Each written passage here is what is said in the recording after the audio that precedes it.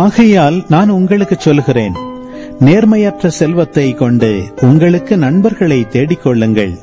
அது தீரும் பொழுது அவர்கள் உங்களை நிலையான உறைவிடங்களில் ஏற்றுக்கொள்வார்கள். மிகச் சிறியவற்றில் நம்பத்தகுந்தவர் பெரியவற்றிலும் நம்பத்தகுந்தவராயிருப்பார். மிகச் சிறியவற்றில் நேர்மையற்றவர் பெரியவற்றிலும் நேர்மையற்றவராயிருப்பார். நேர்மையற்ற செல்வத்தை கையாளுவதில் நீங்கள் நம்பத்தகாதவராயிருந்தால் யார் உங்களை நம்பி உண்மை செல்வத்தை ஒப்படைப்பார்? பிறருக்கு உரியவற்றை கையாளுவதில் நீங்கள் நம்பத்தகாதவர்களாய் போனால் உங்களுக்கு உரியவற்றை உங்களுக்கு கொடுப்பவர் யார்? எந்த வீட்டு வேலையாலும் இரு தலைவர்களுக்கு பணிவிடை செய்ய முடியாது.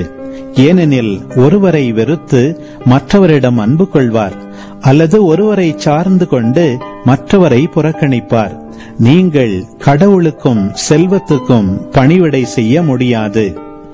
பண ஆசை மிக்க பரிசேயர் இவற்றையெல்லாம் கேட்டு இயேசுவை ஏளனம் செய்தனர்.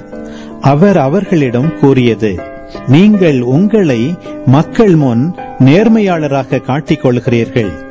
கடவுள் உங்கள் உள்ளங்களை அறிவார். நீங்கள் உங்களை மக்கள் முன் உயர்ந்தவர்களாக காட்டிக்கொள்வது கடவுள் பார்வையில் அருவருப்பாகும்.